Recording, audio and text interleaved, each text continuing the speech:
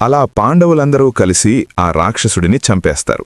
తమ శక్తినంతా ఉపయోగించి ఆ రాక్షసుడిని హతమార్చడంతో పాండవులలో ఒక కొత్త ఆశ, ఉత్సాహం చిగురిస్తుంది. మనం కలిసి ఉంటే ఎవరినైనా ఓడించగలం అనే నమ్మకం వారికి అప్పుడే కలుగుతుంది. రాక్షస భయం పోయినా పాండవులకు మరో పెద్ద సమస్య ఎదురవుతుంది. వారితో పాటు వచ్చిన వందలాది మంది బ్రాహ్మణులకు ప్రతిరోజూ భోజనం పెట్టడం ధర్మరాజుకు కష్టమవుతుంది. ద్రౌపది కూడా మహారాణిగా ఉండి కనీసం అతిథులకు అన్నం పెట్టలేకపోతున్నానా అని బాధపడుతుంది.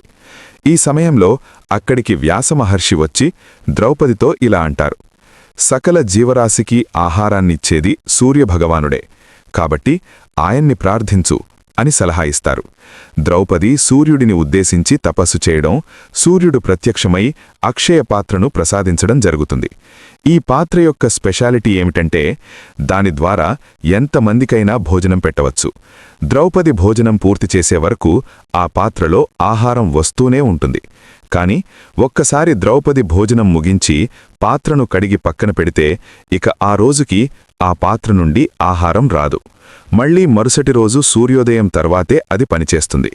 ఇక భోజనం విషయంలో ఎలాంటి సమస్య లేదు. అరణ్యంలో వాళ్లందరూ చాలా హ్యాపీగా ఉన్నారు. ఈ విషయం తెలుసుకున్న దుర్యోధనుడు మరొక ప్లాన్ అయితే వేస్తాడు. అది ఏంటి అనేది తరువాత భాగంలో చూద్దాం.